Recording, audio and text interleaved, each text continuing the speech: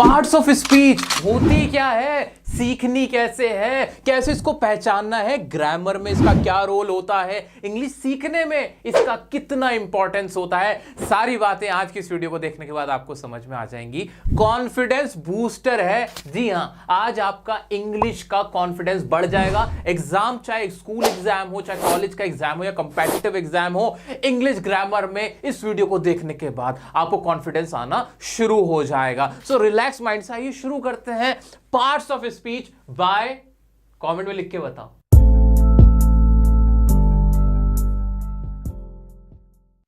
Parts of speech यानी speech के parts. Speech मतलब क्या है? यहां पे कोई भी टॉक या कोई भी बात या कोई भी सेंटेंस, उसके हिस्से। कोई बहुत बड़ा सेंटेंस था, मान लीजिए कोई बहुत बड़ा सेंटेंस था, मैंने लिखा he is working in the field, इस तरह से मैंने एक बड़ा सा सेंटेंस लिखा है ना। ये पूरा क्या कहलाया? ये पूरा क्या कहलाया? ये पूरा कहलाया एक टॉक। क्या कहलाया? एक टॉक, एक बात है, या मैं कह सकता हूं एक सेंटेंस है ना।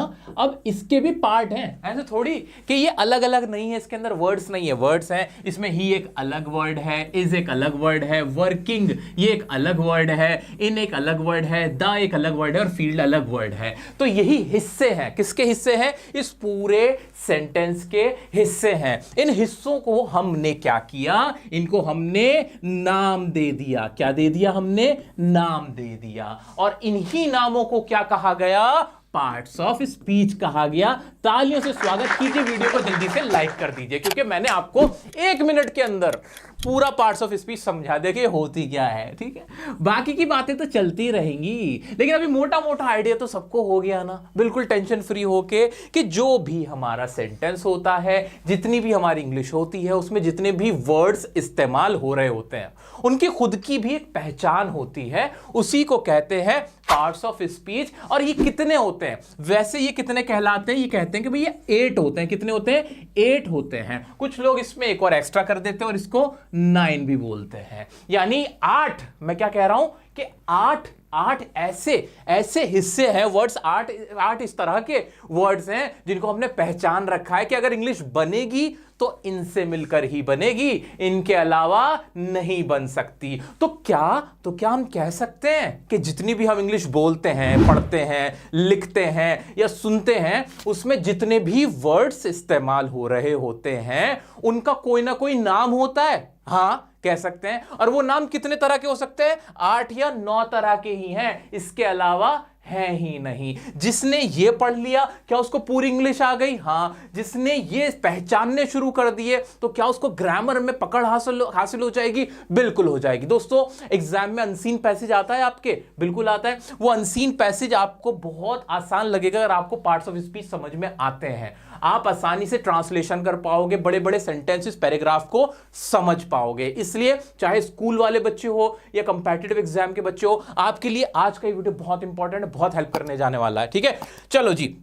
अच्छा, जिन लोगों को नहीं पता उन लोगों को मैं बता देना चाहता हूं, आपके लिए ना मैंने पूरा ग्रामर का कोर्स शुरू किया हुआ है। प्लेलिस्ट बनी हमारे चैनल डियर सर पे, तो डियर सर पे जाना, प्लेलिस्ट में जाना, इंग्लिश ग्रामर कोर्स पे सर्च करना। ऐसा बेस मजबूत हो जाएगा, ऐसा बेस मजबूत हो जाएगा कि आप अलग ही कॉन्फिडेंस फील करोगे ग्रामर के अंदर। ठीक है, तो 6 वीडियो पहले मैं बना चुका हूं, ये 7th वीडियो है, तो पिछली वाली भी देख लेना बाद में आराम से। चलो जी, आगे बढ़ जाते हैं। उम्मीद करता हूं आपने लाइक के बटन को एकदम नीला, पीला, हरा, लाल कर दिया होगा, ताकि ये वीडियो आगे तक भी पहुंचे। अब बात करते हैं पार्ट्स ऑफ स्पीच। जो हमने 8-9 पार्ट्स ऑफ स्पीच हमने कहा कि जो भी वर्ड्स होते हैं इंग्लिश के अंदर, उनकी खुद की भी एक पहचान होती है, तो कितने कितने तरह के होते हैं वो देख लेते हैं। अभी तक हमने क्या पढ़ा था, थोड़ा उसके बारे में थोड़ा बात कर लें क्या? हाँ सर, इतना तो हमने पढ़ ही रखा है मोटा मोटा। क्या पढ़ रखा है मोटा मोटा? कि कोई भी सेंटेंस जो बनता है वो तीन चीजों से बनता है।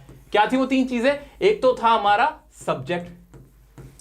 सब्जेक्ट, देखो मेरी बात सुनते रहे ना, बताते रहे ना मेरे को। एक हमने कहा कि एक होता है हमारी वर्ब, ये बोला, ठीक है, और एक होता है हमारा ऑब्जेक्ट। ये सबको पता है, ये सबको पता है।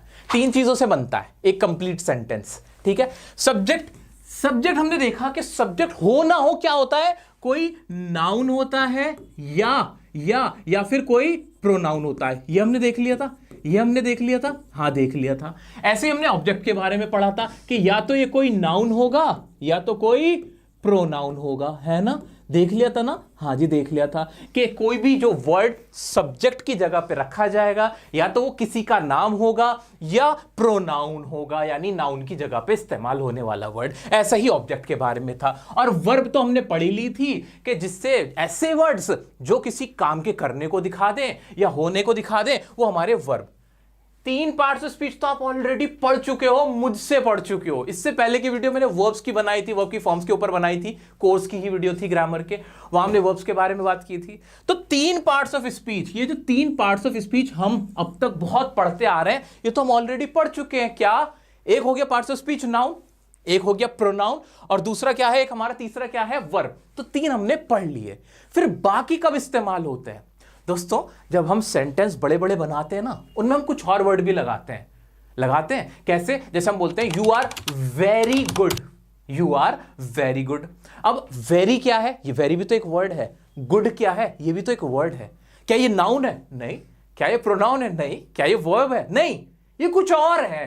तो इस कुछ और को भी हमने नाम दे दिया। हमने कहा इसको हम कह देंगे एडजेक्टिव, इसको हम कह देंगे एडवर्ब। ऐसे ही कुछ वर्ड होते हैं, जैसे हम बोलते हैं he is sitting on the table. तो अब इसके अंदर ही तो समझ में आया, इज भी समझ में आया, सिटिंग भी समझ में आया। अब ये ऑन क्या था?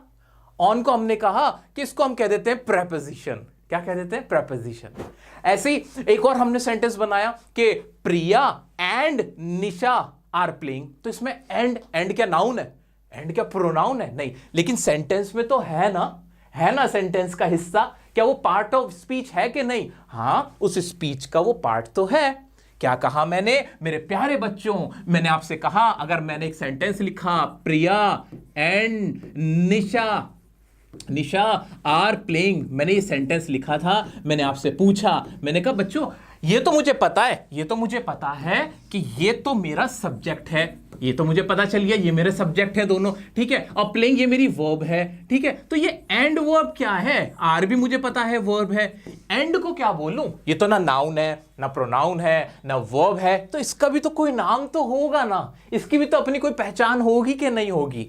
इसकी भी अपनी एक पहचान है। हमने इसकी भी पहचान बनाई और हमने इसको कह दिया कि भाई इसको हम कह देंगे कंजंक्शन। क्या कह देंगे? कंजंक्शन। क्यों बनाई पहचान?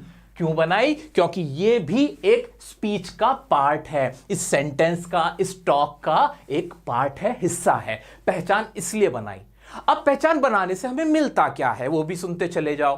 भाई इनको पहचान बनाने का मकसद ये था, पार्ट्स ऑफ स्पीच का नाम रखने का मकसद ये था मेरे प्यारे दोस्तों, ताकि हम इनका इस्तेमाल कहां पे रखना है, किस पोजीशन पे रखना है, एंड कहां आएगा या बाय कहां आएगा, विथ कहां आएगा, इनकी जो पोजीशन है उसे डिसाइड करने की वजह से हमने इनकी पहचान बनाई। वरना तो ऐसा होता ना, सबसे शुरू में ही एंड लगने लगता है ना। अब हमें पता है कि कोई भी सेंटेंस अगर शुरू करेंगे तो सब्जेक्ट यहां आएगा, वर्ब बीच में आएगी, ऑब्जेक्ट इधर आएगा, इंटरोगेटिव हो तो भाई वर्ब सबसे पहले आ जाएगी, आपकी हेल्पिंग वर्ब। इस तरह से हमने पहचान कर रखी तभी तो आ जाएगी। इसीलिए इनकी भी पहचान बनानी जरूरी थी। इतना क्लियर हो गया? उम्मीद करता हूं मजा आ रहा होगा। कोई भी डाउट आता है इंस्टाग्राम पे डियर सर काशिफ के नाम से आईडी, आप पर्सनली मुझसे मैसेज करके पूछ सकते हो। स्टोरी पे अपडेट कर देता हूं मैं सारी पीडीएफ के लिंक वगैरह भी, वहां से आप डाउनलोड कर लेना, टेंशन मत लेना। लेकिन अब ये आपके सामने 8 पार्ट्स ऑफ स्पीच लिखे हुए हैं, एक आर्टिकल भी होता है और उसके बारे में ही बात कर लेंगे। अब इन 8 में से आपको कौन से पढ़ने हैं और क्यों पढ़ने हैं वो समझ लेते हैं। सबसे पहले तो मैं आपका ध्यान दिलाना चाहूंगा नाउन के ऊपर। क्या आपको नाउन पढ़ने की जरूरत है अभी? नहीं सर, आपने जब हमें सब्जेक्ट और ऑब्जेक्ट पहचानना सिखाया था, प्रेडिकेट बताया था, नाउन बहुत अच्छे से हम पढ़ते हुए आए हैं, वो तो हमें बड़ा क्लियर हो गया। जिन्होंने वीडियो नहीं देखा, कोर्स का ही वीडियो है वो, तो वो बच्चे देख लेना बाद में। अभी इसके बारे में बात जरूर करेंगे, ऐसा नहीं मैं छोड़ दूंगा आप लोगों को, बात पूरी होगी। लेकिन अभी बस मैं आपका ध्यान दिलाना चाहता हूं, क्या नाउन पढ़ा हुआ नहीं है? पढ़ रखा है, क्योंकि सेंटेंस बनाने के लिए 3 चीजें चाहिए, सब्जेक्ट, वर्ब, ऑब्जेक्ट, जिसमें नाउन तो हम बार बार पढ़ते रहते हैं। प्रोनाउन क्या पढ़ नहीं रखा? हाँ, प्रोनाउन भी हमने पढ़ रखा है। और क्या वर्ब नहीं पढ़ते हैं? वर्ब भी पढ़ रखी है। ये 3 इतने ज्यादा सुनाई क्यों देते हैं? क्योंकि यही सबसे ज्यादा इस्तेमाल होते हैं। कोई भी हम इंग्लिश का सेंटेंस बनाते हैं ना, तो हमें नाउन, प्रोनाउन और वर्ब की ही मेनली जरूरत पड़ती है।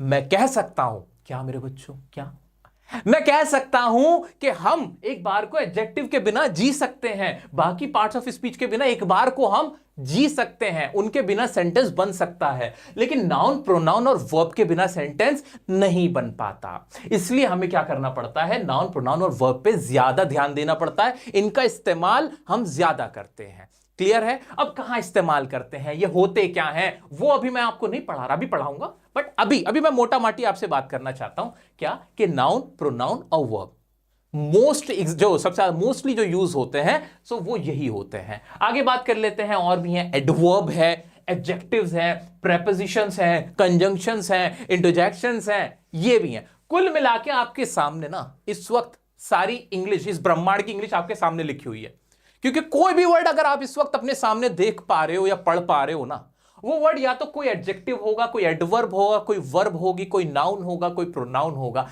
कोई ना, बस इन्हीं में से कोई सा होगा। वो इतना क्लियर हो पा रहा है, कॉन्फिडेंस आ रहा है? आओ चलो अब जल्दी से 5 मिनट के अंदर दोस्तों, 5 मिनट के अंदर ये जितने भी हमारे पार्ट्स ऑफ स्पीच हैं उनको समझ लेते हैं, और कितना कौन से को पढ़ना है, कौन सा कितना इंपॉर्टेंट है वो भी देख लेते हैं। अभी बहुत सारे खुलासे करूंगा आपके सामने, मजा आ जाएगा, इंग्लिश से प्यार होने लगेगा, इंग्लिश से प्यार होने लगेगा, ये मेरा आपसे दावा है। चलो जी, प्रॉमिस करते हैं, आगे बढ़ते हैं।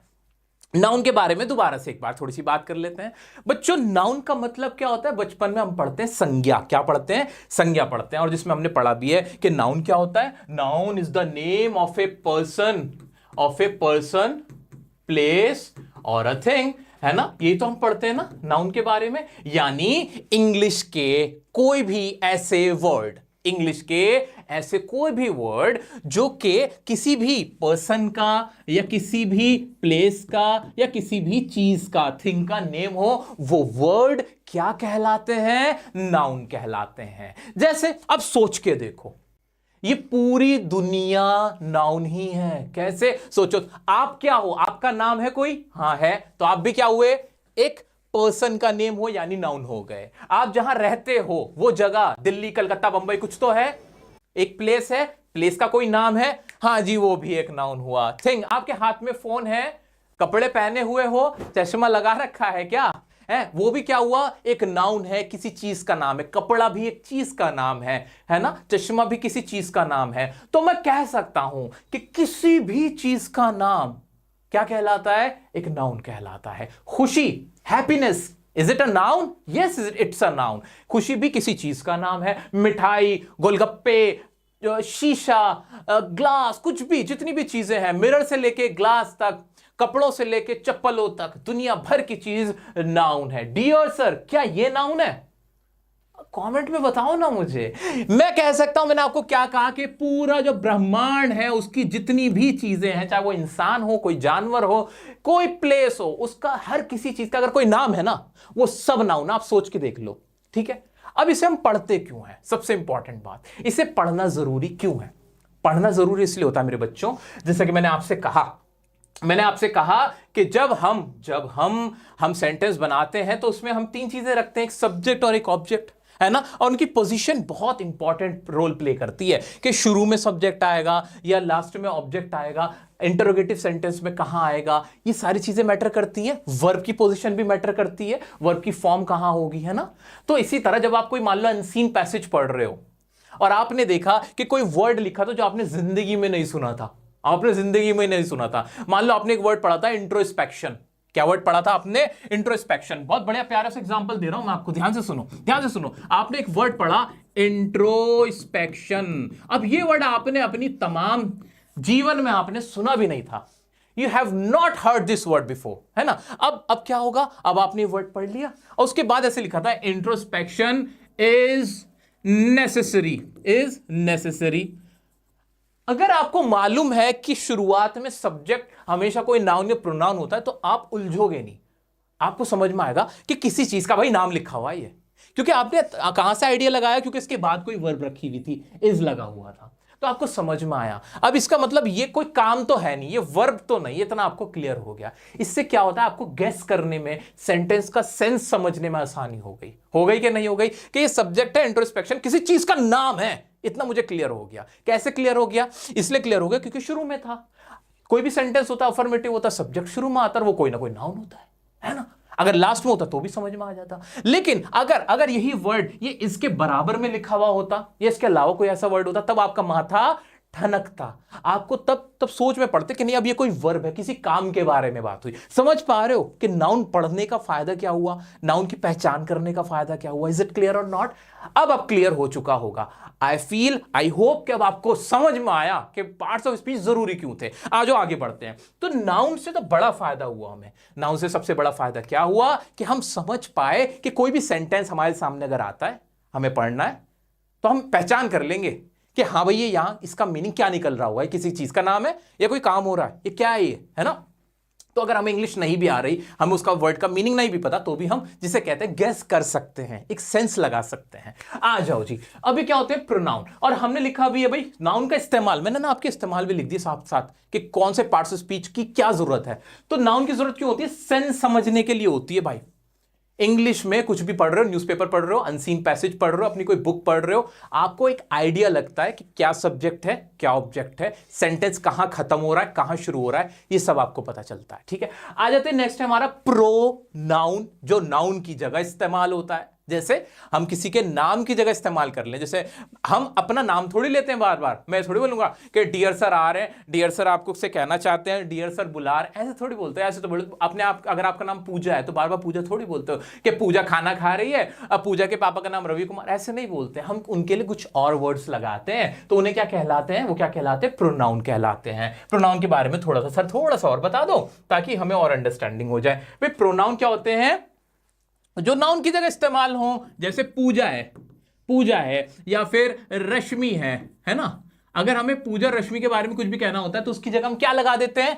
वह। क्या लगा देते हैं? वह, जिसे इंग्लिश में हम क्या कहते हैं? शी। तो शी क्या हुआ? मेरा यहां पे प्रोनाउन हुआ। ऐसे मान लो हर्ष है किसी का नाम, लड़के का, तो बार बार हम ये थोड़ी कहेंगे हर्ष आ रहा है, हर्ष खा रहा है, हर्ष गा रहा है, ऐसे थोड़ी बोलेंगे। हर्ष की जगह हम क्या लगा देते हैं? ही लगा देते हैं। ऑब्जेक्टिव केस में हिम लगा देते हैं। अच्छा, इसके बारे में सर आपने और अच्छे से पढ़ा रखा है? हाँ, कोर्स की वीडियो में आपको इसके बारे में बहुत अच्छी से जानकारी मैंने दे रखी है, तो प्रोनाउन वहां और अच्छे से समझ लेना। अभी बस एक मोटा माटी आइडिया कर रहे हैं, ठीक है। तो प्रोनाउन आई थिंक क्लियर हो गया होगा कि तो बार बार हम किसी का नाम नहीं लेते, नाउन नहीं लगाते, नाउन की जगह जो वर्ड यूज होते हैं वो कहलाते हैं हमारे प्रोनाउन। और उसको पढ़ के क्या मिलता है? प्रोनाउन की खोज करके हमने क्या हासिल कर लिया? क्या कोहिनूर मिल गया मुझे इंग्लैंड का? नहीं नहीं नहीं नहीं, इससे हमें फायदा होता है वर्ब लगाने के लिए। वर्ब मतलब दोस्तों, जब भी हम कोई भी यहां पे हेल्पिंग वर्ब का इस्तेमाल कर रहे होते हैं, ही शी होता है तो हमें लगाना होता है आगे इज, मार, ऐसे लगाना होता है ना, तो हमें पता चल जाता है कि किसके साथ क्या आएगा। क्या यहां पे वॉज आएगा, क्या यहां पे वर आएगा, क्या यहां पे इज आएगा, क्या यहां पे एम आएगा। वो कैसे पता चलता है? प्रोनाउन को देख के पता चलता है कि लड़का है, लड़की है, एक से ज्यादा लोग हैं, क्या सिंगुलर है, क्या प्लूरल है। इससे हेल्प हमें कौन करता है? ये हमें हेल्प, हमारी मदद कौन करता है? प्रोनाउन करता है। तो ही पता होगा, शी पता होगा, तभी हम आगे लगा पाएंगे। क्लियर है कि नहीं? और सबसे बड़ी बात, बार बार हमें किसी का नाम लेने की भी जरूरत नहीं पड़ती। तो ये तो रहा हमारा प्रोनाउन। चलो जी, और क्या रह गया सर? आगे बढ़ जाएं सर। वर्ब। वर्ब की हमें पहचानने की जरूरत क्यों पड़ी? वर्ब के बारे में जान के हमें क्या मिलता है? कोई वर्ड वर्ब है, इससे क्या फायदा हो जाता है?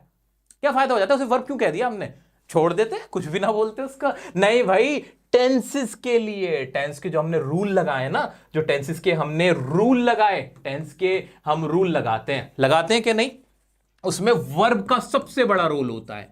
अगर हम यही नहीं पहचान पाएंगे कि सेंटेंस में वर्ब कहां है या वर्ब कौन सा है, तो फिर वर्ब की फॉर्म कहां लगाओगे, टेंस के रूल कैसे लगाओगे, कौन सा काम कब हो रहा है कैसे पता चलेगा, कौन सा काम कहां हो रहा है पता कैसे चलेगा। वर्ब की फॉर्म्स लगाने के लिए, टेंसेस के रूल्स अप्लाई करने के लिए हमें वर्ब की जरूरत पड़ती है। वर्ब क्या होती है सर बता दो ना। अरे वर्ब के भी ना बहुत सारे टाइप होते हैं। एक तो आपने पढ़ी रखा होगा is, am, are, was, were, has, have, ये सारी वर्ब जो कहलाती हैं हेल्पिंग वर्ब। क्या कहलाती हैं? Helping verb. कुछ होती हैं एक्शन वर्ब, जैसे प्ले, गो, जिसमें कोई काम हो रहा होता है, गो, जिसमें काम दिख रहा होता है, कीप, इस तरह की वर्ब जो होती हैं। तो कुछ ये वाली वर्ब्स होती हैं। तो वर्ब्स की हमें जरूरत क्यों पड़ी? कि काम, जब तक हम टेंस के रूल ही नहीं लगा सकते अगर वर्ब ही नहीं होगी तो, ठीक है। तो भाई वर्ब की हमें इसलिए जरूरत पड़ती है। मोस्ट इंपॉर्टेंट है वर्ब की आपको नॉलेज होनी चाहिए कि सेंटेंस में वर्ब कौन सा है,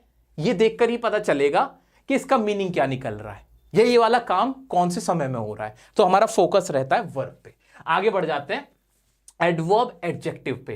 अब एडवर्ब क्या होते हैं सर, वो बता दो। इसका काम क्या होता है, वर्ब की खासियत बताने के लिए, वर्ब की खासियत बताने के लिए। आओ चलो इसको ना आपको मैं कुछ एग्जांपल से भी सिखा देता हूं ताकि आपको और अच्छे से सारी चीजें समझ में आ जाए मेरे प्यारे बच्चों। आओ चलो देखते हैं। आ जाओ जी, आ जाओ जी। सर आपने तो हमारे लिए बहुत आसान कर रखा है काम। भाई नाउन के बारे में पढ़ा था, नाउन कौन कौन सा हो सकता है, Ajay, Rashmi, mobile, happiness, fear, love, time, इस तरह के सारे वर्ड क्या हुए, नाउन हुए। समझ में आ गया। ऐसा कोई भी वर्ड हो जो किसी का नाम लिखा वो क्या कहलाया, नाउन कहलाया। ठीक है, प्रोनाउन जल्दी से देख लेते हैं। He, she, it, I, we, you, they, who, which, इस तरह के वर्ड जो किसी के नाम की जगह इस्तेमाल हो रहे हो वो क्या कहलाए, प्रोनाउन कहलाए। ये भी क्लियर हो गया। Verb is, am, are, was, were, go, see, like, learn, speak, इस तरह के वर्ड जिसमें काम के करने होने का पता चल रहा है, तो वो सारे क्या कहलाए, मेरे वर्ब कहलाए। अब अगली बारी किसकी थी, एडवर्ब की। एडवर्ब ऐसे वर्ड जो काम कैसे चल रहा है, किस तरीके से चल रहा है उसको अगर बता दें, मतलब बहुत अच्छे से चल रहा है, बहुत बुरे तरीके से चल रहा है, काम की खासियत को बताने के लिए। क्या कहा मैंने, काम की खासियत को बताने के लिए, उसके तरीके को बताने के लिए जो वर्ड इस्तेमाल हो इंग्लिश के अंदर, वो क्या कहलाते हैं, एडवर्ब कहलाते हैं। क्या ये बहुत सारे होते हैं, नहीं, बहुत ज्यादा इस्तेमाल नहीं होते। जैसे वर्ब इस्तेमाल होती है ना, तो उस तरह ये इस्तेमाल नहीं होते। इसलिए इसमें डरने की जरूरत है ही नहीं, टेंशन लेने की जरूरत है ही नहीं। बस आपको पता होना चाहिए कि एडवर्ब कहां इस्तेमाल हो रही है। जैसे कि क्विकली, कोई काम तुमने जल्दी से कर दिया, काम तो किया, कैसे किया, जल्दी से कर दिया। कोई काम स्लोली किया, कोई काम कभी नहीं किया।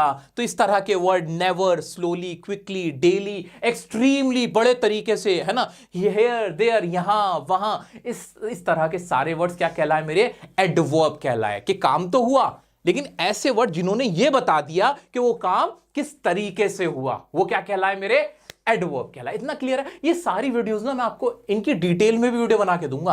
आज तो मैं आपको बस कंप्लीट पार्ट्स ऑफ स्पीच की अंडरस्टैंडिंग देने आया हूं कि पता तो रहे कि ये होते क्या हैं। आगे बढ़ते हैं। एडजेक्टिव्स क्या होते हैं और क्यों इस्तेमाल होते हैं। ऐसे वर्ड जो नाउन की, जो हमारे नाउन है, जो नाम थे उनकी या प्रोनाउन की खासियत को बताएं, वो क्या कहलाए मेरे एडजेक्टिव्स कहलाए। कहां चला गया भाई, हमसे इतने बिछड़ के मत जाओ दूर। आओ जी, एडजेक्टिव्स ये रहे, नाउन या प्रोनाउन की तारीफ करने के लिए या उनकी बुराई करने के लिए कि वो कैसी है, उनकी खासियत बताने के लिए जो वर्ड यूज किए गए वो क्या कहलाए, मेरे एडजेक्टिव्स कहलाए। कैसे, थोड़ा बताओ ना सर, क्या कह रहे हैं हम, कह रहे हैं ये जो नाउन है ना, ये जो नाउन और प्रोनाउन है, ये जो नाउन या प्रोनाउन है, इनकी अगर कोई खासियत बता रहा है कि वो कैसे हैं, अच्छे हैं, बुरे हैं, काला है, पीला है, नीला है, हरा है, छोटा है, बड़ा है, मोटा है, पतला है, इस तरह की अगर कोई खासियत बताए, वो वाले इंग्लिश के वर्ड क्या कहलाएंगे, वो कहलाएंगे एडजेक्टिव्स। अभी मैं बहुत ज्यादा डिटेल में आपको नहीं पढ़ा रहा हूं, लेकिन अंडरस्टैंडिंग दे रहा हूं। मुझे उम्मीद है कि आपको ये सब समझ में आ रहा होगा। आ जाओ जी, कहां चले गए आप, कहां गए, आइए चलिए देख लेते हैं। ये रहे जी। हाँ, तो एडजेक्टिव्स कौन से, जैसे यूनिक मतलब अनोखा, किसी नाउन की, किसी की तारीफ ही तो बताई जा रही कि वो अनोखा है। तो कौन अनोखा है, वो तारीफ किसकी हुई, उसकी हुई, है ना। ऐसे ही यूनिक हुआ। वेकेंट मतलब खाली। ब्यूटीफुल, किसी को खूबसूरत कह दिया, शी इज ब्यूटीफुल, किसकी तारीफ हुई, किसी लड़की की तारीफ हुई, यानी किसी प्रोनाउन को ब्यूटीफुल कहा गया, तो ये क्या कहलाएगा, एक एडजेक्टिव कहलाएगा। क्लियर है। तो ब्यूटीफुल, अगली, लॉन्ग, ब्लैक, इस तरह के जो वर्ड्स थे इंग्लिश के, कहीं पे भी इस्तेमाल हो रहे हो, जो नाउन या प्रोनाउन की या किसी की खासियत बता रहे हो, तो वो क्या कहलाएंगे, वो हमारे एडजेक्टिव कहलाएंगे। क्या क्लियर हो पा रहा है। एक बार थोड़ा सा एक बार वाइंड अप करें। नाउन समझ में आ गया, प्रोनाउन समझ में आ गया, वर्ब हमने कर लिया, एडजेक्टिव कर लिया, एडवर्ब कर लिया, बचा क्या फिर, प्रेपोजिशन और कंजंक्शन। ये सबसे इंपॉर्टेंट है, इन पे कर लो मार्क, इनको लिख लो मोस्ट इंपॉर्टेंट। इनसे ज्यादा इंपॉर्टेंट पार्ट्स ऑफ स्पीच कोई हो ही नहीं सकता। इंपॉर्टेंट क्यों है, क्योंकि इनका इस्तेमाल एक बार को वर्ब या नाउन और प्रोनाउन जितना तो नहीं है, लेकिन इनका इस्तेमाल थोड़ा ट्रिकी है। ट्रिकी क्यों है, क्योंकि हर कोई इनका इस्तेमाल समझ नहीं पाता। इन्हें आप हिंदी से रटकर यूज नहीं कर सकते। नाउन का इस्तेमाल करना आसान है, आपने किसी का नाम ही तो लिखना है। प्रोनाउन का इस्तेमाल करना भी आसान है, लड़की के लिए लगा दो आंख बंद करके शी, लड़के के लिए लगा दो आंख बंद करके ही। वर्ब का इस्तेमाल भी बड़ा आसान है, प्रेजेंट है तो इज एम आर लगाओ, पास्ट है तो वाज वर लगाओ।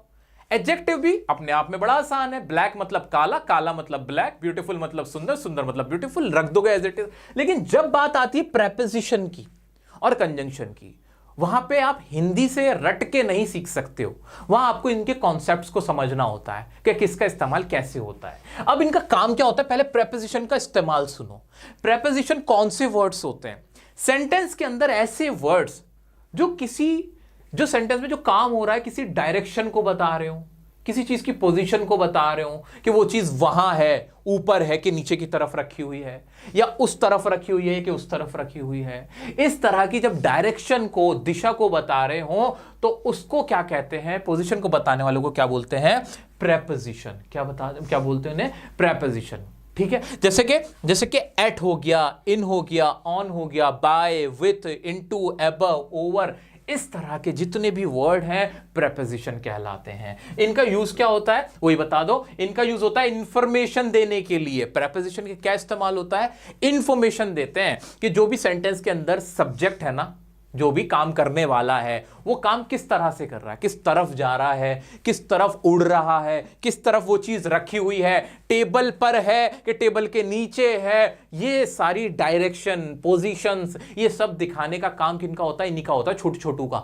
जैसे ऑन इस्तेमाल होता है, टू होता है, एट होता है, इनटू होता है, बाय होता है, विथ होता है, अबव, अंडर, ओवर, ये सारे वर्ड हैं बड़े मजेदार। क्लियर है? कंजंक्शन पे आ जाए। सर ये अभी के अभी सिखा दो ना प्रेपोजिशन, क्या टेंशन है? अभी सारे पार्ट्स ऑफ स्पीच एक बार हम गो थ्रू कर रहे हैं। इनकी डिटेल्ड वीडियो एक अलग से बनाएंगे, उसमें ज्यादा मजा आ जाएगा, वरना ये वीडियो बहुत लंबी हो जाएगी। आप खुद कहोगे कि सर इतनी लंबी वीडियो डर लग रहा है मेरे को। ठीक है, क्योंकि प्रेपोजिशन बहुत सारे होते हैं, टाइम लग जाएगा। आगे देखते हैं कंजंक्शंस को। कंजंक्शंस का भी काम इंफॉर्मेशन देने के लिए होता है, लेकिन मेनली कनेक्ट करने का काम करती हैं। किस चीज का? सेंटेंस में जो भी वर्ड्स होते हैं उनको आपस में कनेक्ट कर देते हैं, जोड़ देते हैं। जोड़ने का काम किसका होता है? कंजंक्शंस का होता है। होते दोनों ही बहन भाई की तरह ही हैं, बहन भाई जैसे ही होते हैं ये। आओ जरा देख लेते हैं कौन कौन से होते हैं कंजंक्शन। जैसे एंड हो गया, दोनों को जोड़ देता है। और हो गया, और भी कहीं ना कहीं दो वर्ड को आपस में जोड़ देता है। एनिमल और जवान, अब यहां मैंने दो अलग अलग वर्ड थे, है ना, दो नाम थे, उनके बीच में कोई संबंध नहीं था, और लगते ही दोनों में संबंध बन गया कि नहीं? इसी तरह से so, for, since, but, yet, still, even though, although, इस तरह के जितने भी वर्ड्स होते हैं वो सारे क्या कहलाते हैं मेरे? कंजंक्शन से, जिन्हें बोल सकते हो कनेक्टर्स, कनेक्ट करने का काम करते हैं। ठीक है, अच्छा सर इनकी सेपरेट वीडियो आपके एग्जाम के पॉइंट ऑफ व्यू से बहुत इंपॉर्टेंट है। मैं अलग अलग इनकी सेपरेट वीडियो इसी कोर्स में देने वाला हूं बहुत जल्द नेक्स्ट वीडियोस में आपको यही सब मिलेगा, जिसमें मैं आपको ये समझा रहा हूं। लेकिन पहले मैं चाहता हूं कि आप इन सब की अंडरस्टैंडिंग ले लो, आपको पता हो कि हम क्या पढ़ रहे हैं और क्यों पढ़ रहे हैं। ठीक है ना? तो प्रेपोजिशन और कंजंक्शन क्यों पढ़नी है? क्योंकि सेंटेंस में ये बहुत बहुत अच्छा काम करते हैं, इंफॉर्मेशन देने का काम करते हैं कि कोई भी काम कैसे हो रहा है, किस दिशा में हो रहा है, किस पोजीशन में वो चीज हो रही है, वो बता देते हैं। और क्या बता देते हैं? और कनेक्ट करने का काम कर देते हैं। तो एग्जाम में अगर एग्जामिनर को कुछ आपसे पूछना होता है, वो नाउन प्रोनाउन नहीं पूछता है। आपका चाहे कोई सा भी एग्जाम हो, आपसे पूछता है क्या? प्रेपोजिशन और कंजंक्शन ही पूछे जाते हैं। एडवर्ब और एडजेक्टिव का भी बहुत ज्यादा रोल नहीं होता है। अंदर की बातें बता रहा हूं मैं पूरा आपको पूरा निचोड़ दे रहा हूं इस वक्त। ठीक है, तो सबसे ज्यादा फोकस प्रेपोजिशन और कंजंक्शन पे करना। ठीक है, आगे बढ़ जाते हैं। इंटरजेक्शन, अब ये क्या होता है? ये सिर्फ हमारे एक्सप्रेशंस होते हैं। क्या होते हैं? एक्सप्रेशन, जो मुंह से आवाज निकल, हे, ब्रावो। इनका इंग्लिश ग्रामर में सिर्फ इतना ही रोल है कि आप बस याद रखें कि इंटरजेक्शन नाम की कोई चीज होती है, इन वर्ड्स को बस पहचान लिया गया, इनका इस्तेमाल ज्यादा नहीं होता है। लेकिन इसमें वही है, जो आपके एक्सप्रेशन एकदम से खुशी में या उदासी में आपके निकल जाते हैं, वो सारे इंटरजेक्शन कहलाते हैं। ठीक है, क्लियर है कि नहीं? अब दोस्तों कुछ कर लेते हैं इनके एग्जाम्पल्स। आपके सामने मैं कुछ ऐसे एग्जाम्पल निकाल के लाऊं जो आपने कभी देखे नहीं होंगे। दोस्तों आपके सामने मैंने कुछ सेंटेंस लिखे हैं, इनके एक एक वर्ड को पहचान के बता दो अब मेरे को कि वो कौन से पार्ट्स ऑफ स्पीच हैं। आप कर सकते हो, बहुत आसान लगेगा अब आपको। देखो ना, He went to the market and bought fruits। यहां पे he क्या है? he एक प्रोनाउन है, सेंटेंस का सब्जेक्ट है। went यहां पे एक वर्ब है, बिल्कुल सही जवाब। to क्या है? एक प्रेपोजिशन है। सर आपने इतना तो हमें बताया है। the क्या है? एक आर्टिकल है। market किसी जगह का नाम है जिसको हम मार्केट कहते हैं। ये क्या हुई? एक नाउन हो गई। and दो चीजों को जोड़ने वाला कंजंक्शन है। bought किसी चीज के खरीदने को बाय बोलते, सेकंड थर्ड फॉर्म bought हुई, तो ये क्या हुआ? मेरा वर्ब हुआ। क्या मैं ज्यादा जल्दी एक्साइटमेंट में कर रहा हूं? नहीं सर, ये है ही इतना आसान, आपने हमें इतने अच्छे सब घोंट के समझा दिया कि अभी हम यूं ही पकड़ पा रहे हैं, पहचान पा रहे हैं। फ्रूट्स क्या है? क्या प्रोनाउन है? क्या फ्रूट्स? क्या ये एडजेक्टिव है? क्या ये एडवर्ब है? नहीं सर, किसी चीज का नाम है, ये क्या कहलाएगा? एक नाउन कहलाएगा। रवि, रवि क्या है? क्या एक नाउन नहीं है रवि? इज क्या एक वर्ब है? बिल्कुल। माय क्या एक प्रोनाउन है? बेस्ट, बेस्ट यहां पे बेस्ट क्या होगा? सबसे अच्छा। क्या तारीफ हुई है? किसी चीज की खासियत बताइए। हाँ, किसी चीज की खासियत बताओ तो एडजेक्टिव, किसी काम की खासियत बताओ तो एडवर्ब। तो ये क्या हुआ? एक एडजेक्टिव हुआ। और फ्रेंड किसी का नाम है, ये एक नाउन हो गया। क्या मजा आ रहा है इसको सॉल्व करने में? तो आपके लिए एक्सरसाइज दे देता हूं ना, ये आपको पीडीएफ मिल जाएगी टेलीग्राम पे, चाहो तो यहीं से स्क्रीनशॉट लो, इसको अटेम्प्ट करो, मुझे आंसर बताओ। ये एक सेंटेंस और पूरी पार्ट्स ऑफ स्पीच खत्म। जी हाँ दोस्तों, आपके सामने ये जो मैंने सेंटेंस लिखा है ना, इसमें 8 पार्ट्स ऑफ स्पीच मैंने इस्तेमाल करके आपको दिखाई है। इससे आपका पूरा माइंड एकदम क्लियर होगा। आओ चलो दिखाते हैं। चलो जी, पहला था वाव। वाव एक एक्सप्रेशन था जो कि क्या था? हमारा एक इंटरजेक्शन। दूसरा है हर। हर क्या है? हर एक प्रोनाउन है, सब्जेक्ट होता है। हर कैट। कैट क्या है? एक नाउन है, बिल्कुल सही बात, किसी चीज का नाम है। रियली एक एडजेक्टिव है, एक खासियत बता रहा है, किसी भी चीज की खासियत बता रहा है। रियली यानी वास्तव में, सच में ऐसा हुआ है ना? ऐसे ही जंप्स। जंप्स क्या है? एक वर्ब है, कूदना। आगे बढ़ते हैं। सो। सो क्या है? एडवर्ब है। सो के बाद क्या? सो हाई। सो भी क्या दिखा रही है? एडवर्ब को दिखा रही है। कोई काम हुआ तो, कूदी तो, लेकिन कैसे कूदी? बहुत, यानी सो। सो का यहां पे क्या इस्तेमाल हुआ? एक एडवर्ब के तौर पे इस्तेमाल हुआ। हाई। हाई क्या? एक एडजेक्टिव है, ऊंचाई इस्तेमाल हो रहा है, किसी चीज को ऊंचा कहा जा रहा है, खासियत बताई जा रही है किसी चीज की, तो ये भी मेरा क्या हुआ? एक एडजेक्टिव हुआ। अप। अप मतलब क्या है? एक डायरेक्शन को दिखा रहा है, ये मेरी क्या हुई? एक प्रेपोजिशन हुई। इस तरह से दोस्तों ये सारे वर्ड कुछ ना कुछ थे, इनका कुछ ना कुछ नाम था जो मैंने आपके सामने रख दिया, और अब आपको क्लियर हुआ होगा कि हाँ, पार्ट्स ऑफ स्पीच क्यों बनाई गई थी और कैसे कैसे पहचानी जाती है। सर क्या एक सेंटेंस में एक से ज्यादा एडजेक्टिव आ सकते हैं? एक से ज्यादा पार्ट्स ऑफ स्पीच हो सकते हैं? क्यों नहीं हो सकते? 10 आ जाए, 20 आ जाए, क्या ही फर्क पड़ना है? बस उनकी कोई ना कोई पहचान जरूर होगी, तो माइंड से निकाल दो। एक और कराऊं? एक और कराता हूं। आ जाओ आ जाओ आ जाओ आ जाओ। The old tired woman was sitting under a tree and patiently waiting for her husband to arrive. क्या इसमें ढूंढे कुछ? और चलो मेरे साथ मिलके देखो। ओल्ड। ओल्ड क्या है? किस चीज की खासियत है ना? खासियत किसी चीज की खासियत है या किसी वर्ब की खासियत है? किसी काम की खासियत थोड़ी दिखाई गई है, किसी चीज की दिखाई गई है। तो ये क्या हुआ? मेरा एडजेक्टिव हुआ कि नहीं? टायर्ड। टायर्ड। टायर्ड भी क्या एडजेक्टिव हुआ कि नहीं? हाँ, टायर्ड हो ना, थके हुए हो ना। वुमन। वुमन क्या किसी का नाम है? हाँ, तो क्या ये मेरा कोई प्रोनाउन हुआ? बिल्कुल हुआ। वॉज क्या एक वर्ब है? बिल्कुल है सर, वर्ब है। Is am are was verb है होती है। सिटिंग क्या एक वर्ब है? हाँ, ये भी एक वर्ब है। ये हेल्पिंग वर्ब थी और ये मेरी एक्शन वर्ब हो गई। अंडर क्या एक प्रेपोजिशन है? बिल्कुल, किसी चीज की पोजीशन को बता रहे, वो चीज कहां पर है? ए एक आर्टिकल है कि नहीं? हाँ, जिसे हम नवा पार्ट्स ऑफ स्पीच कहते हैं, ए और द। इसको लोग बोल देते हैं लेकिन पढ़ाते ज्यादा नहीं है कि पार्ट्स ऑफ स्पीच में नहीं माना जाता, ज्यादातर लोग इसको नहीं मानते। ठीक है, आगे बढ़ते हैं। ट्री। ट्री क्या एक नाउन है? बिल्कुल है। एंड क्या एक कंजंक्शन है? बिल्कुल है। पेशेंटली काम कैसे हो रहा है? बहुत सब्र के साथ हो रहा है, सब्र से हो रहा है, तो क्या ये मेरी एक एडवर्ब हुई? हो गई। वेटिंग क्या ये वर्ब है? काम करना, वेट करना, तो ये मेरी वर्ब हो गई। फॉर क्या एक कनेक्टर है, कंजंक्शन है? हाँ, हो गया। हर क्या मेरा एक प्रोनाउन है? हाँ, हो गया। हस्बैंड क्या एक नाउन है? हाँ, हो गया। और टू टू टू मेरी क्या एक प्रेपोजिशन है? हाँ है। अराइव क्या एक वर्ब है? हाँ है। हाँ है। और इस तरह से हमने इसका पूरा चीरहरण कर दिया, इसका पोस्टमार्टम कर दिया, चीरफाड़ कर दी इसकी पूरी। ठीक है, तो दोस्तों उम्मीद है अगला जो सेंटेंस है उसमें आप पहचान के दिखाओ कि पार्ट्स ऑफ स्पीच कौन सी। ये आपका होमवर्क है। और अब जो मैं बात आपको बताने वाला हूं वो बात आपके होश उड़ा देगी, आपको बड़ा मजा आएगा सुन के। आपके दिमाग पे जो ग्रामर का बोझ है ना वो खत्म होगा। सुनो मैं क्या कहना चाह रहा हूं आपसे। मैं आपसे अब यो बात बताने वाला, बहुत इंपॉर्टेंट है। हम जो ग्रामर होते हैं उसमें हम पढ़ते हैं मॉडल्स को। किसको पढ़ते हैं? मॉडल्स को। मॉडल वर्ब आपने सुने होंगे, कैन, मे, माइट। वो क्या है? वो क्या है पता है आपको? वो क्या है? वो कुछ नहीं है, वो वर्ब का ही क्या है? एक टाइप है। क्या है? वर्ब का ही टाइप है। मॉडल्स क्या होते हैं?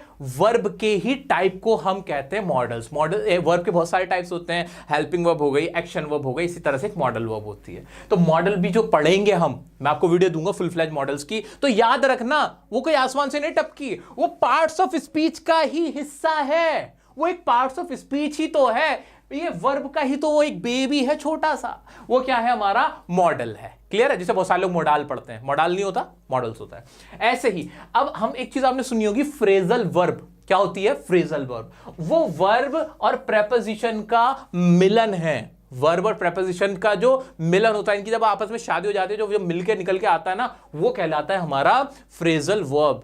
यानी एक वर्ब का हिस्सा होगा और दूसरा प्रेपोजिशन का हिस्सा होगा। आपने पढ़ा भी होगा, लुक अप ऐसे करके आपने वर्ड सुने होंगे, कम अक्रॉस इस तरह के आपने वर्ड सुने होंगे। वो सारे फ्रेजल वर्ब भी इन्हीं से मिलके बनते हैं। तो कुछ भी कर लो, जो भी आप वर्ड देखोगे ना इंग्लिश के अंदर, वो इन्हीं पार्ट्स ऑफ स्पीच में से ही मिलकर बनता है। अब लास्ट में आपको करना क्या है, ये तो मैंने आपको थोड़ा सा होमवर्क दिया। अब आपको अपनी बुक्स में, जो भी बुक्स आप पढ़ रहे हो, अपने अपने एग्जाम की, किसी भी एग्जाम की अगर प्रिपरेशन कर रहे हो, उस बुक्स में पढ़ना है, इंग्लिश के वर्ड्स को पहचानना है, मार्क करना ये कौन सा वर्ड है, ये कौन सा वर्ड है। इससे ना आपकी अंडरस्टैंडिंग डेवलप होगी कि कौन सा प्रोनाउन है, कहाँ नाउन है, कहाँ एडजेक्टिव है, कहाँ एडवर्ब है, कहाँ प्रेपोजिशन के इस्तेमाल हो रहे हैं, और आपको फिर इंग्लिश हलवा लगने लगेगी। उम्मीद करता हूं आप मेरा ये होमवर्क जो मैंने आपको दिया है वो जरूर पूरा करके दिखाओगे। वीडियो को अगर अभी तक नहीं लाइक किया है तो प्लीज लाइक करो, शेयर करो अपने दोस्तों के साथ। मिलते हैं नेक्स्ट वीडियो में, जहां पे मैं आपसे इन्हीं में से ग्रामर के किसी टॉपिक पे बात कर रहा हूंगा। उम्मीद करता हूं कि आप मेरा साथ भरपूर जोश के साथ देते रहेंगे इसी तरह से। मिलते हैं नेक्स्ट वीडियो में, तब तक के लिए खुश रहें, स्वस्थ रहें, धन्यवाद।